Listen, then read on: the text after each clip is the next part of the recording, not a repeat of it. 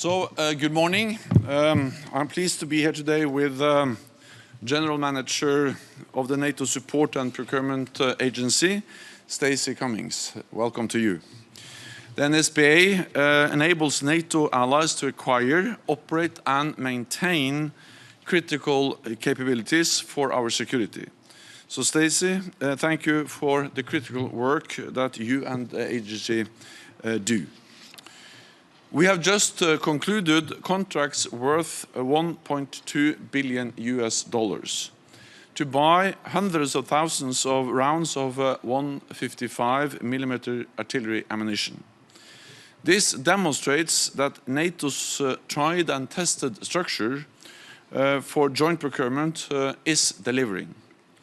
Russia's war in Ukraine has become a battle for ammunition. So it is important that allies refill their own stocks as we continue to support Ukraine. The NATO Support and Procurement Agency enables allies to pull together and pool their resources, to give them the weapons and ammunition we need to keep our countries safe.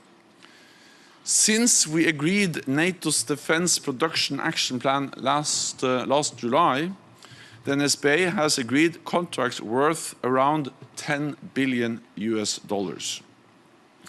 This includes around $4 billion for howitzer shells, tank ammunition, anti-tank guided missiles, and 155mm ammunition, together with $5.5 billion for Patriot interceptor missiles.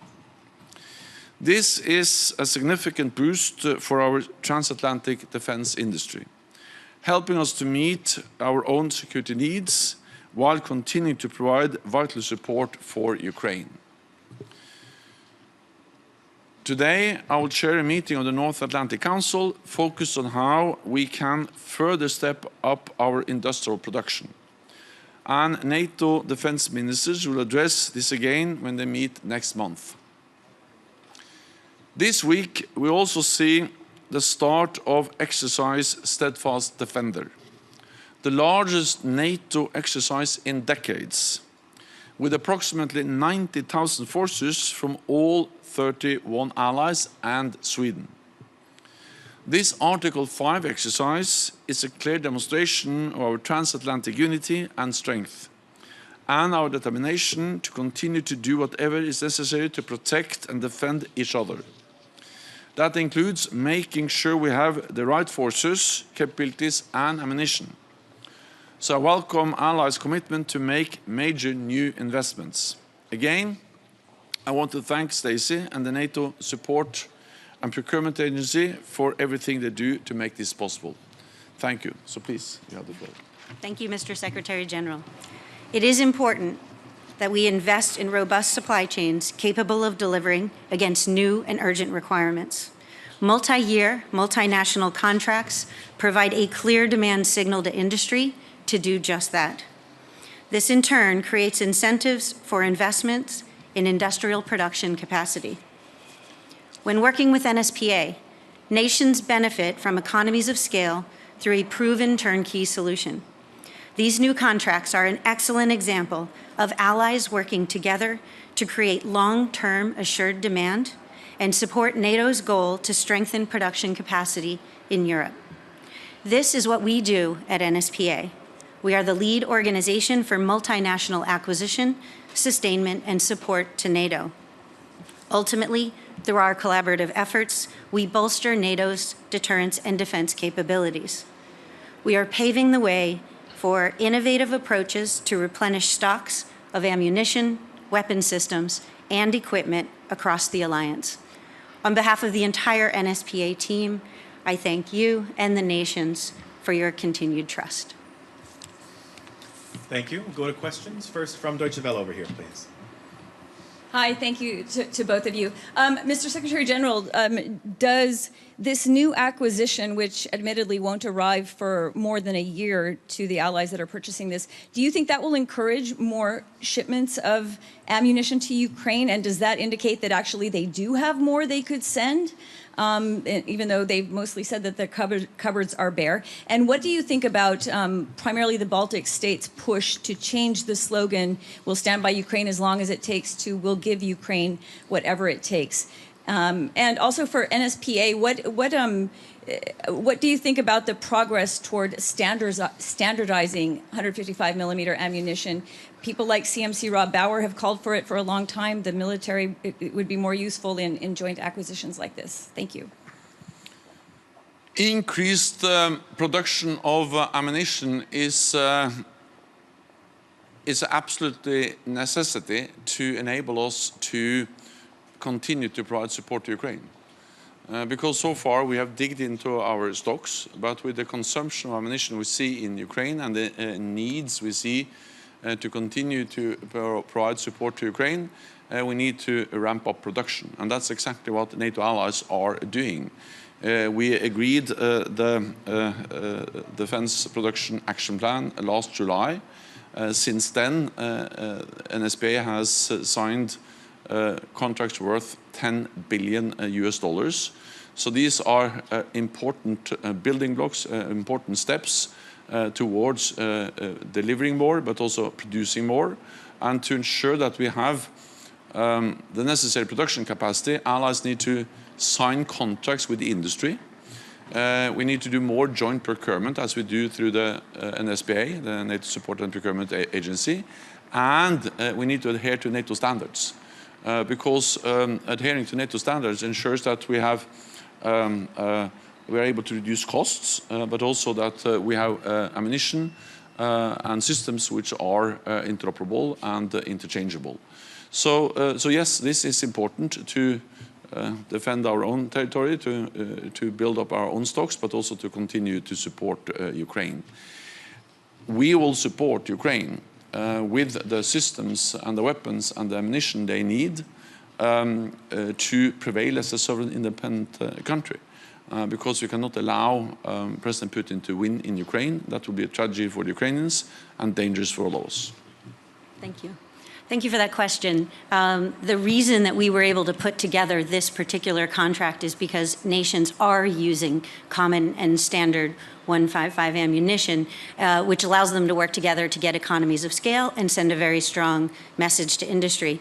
As we look towards the weapon systems of tomorrow, towards that next generation, this year we've established an acquisition capability at NSPA so that we have a focused effort on having a platform to allow nations to work together from the beginning of a life cycle so that we don't have this issue of lack of standardization in the future, and we can buy systems as well as the ammunition that supports them together. So thanks for that question. Second and final question to Radio Free Europe Ukrainian Service. Thank you for giving me the floor. I have a question regarding when can this ammunition actually get to battlefield in Ukraine. I understand that NATO doesn't supply it directly, but on bilateral basis. But if you look at this processes of production, etc., when do you expect it, and maybe which percentage? Because nations have to replenish their stocks as well. And Secretary General, you personally, do you believe that in nearest future, let's say in a decade, any Russian tanks can enter any European capital like Baltic states? Thank you. So Russian forces? Russian tanks or forces. I mean, will this ammunition be used actually in European states? Thank you.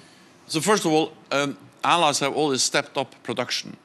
So there is an increased flow of ammunition to allies.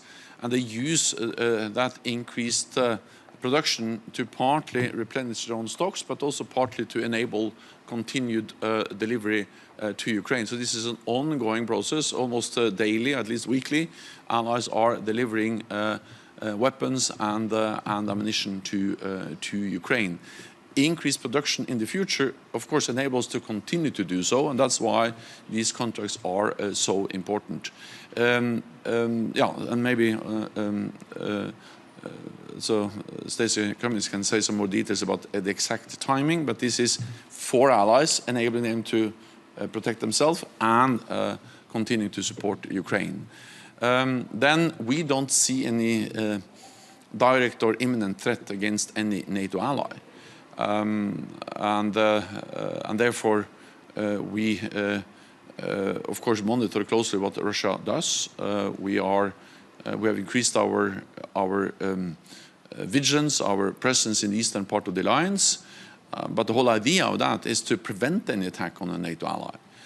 So when the full-fledged invasion of Ukraine happened in February last year, or in 2022, almost 2 years ago, then it was clear for NATO that we had two tasks.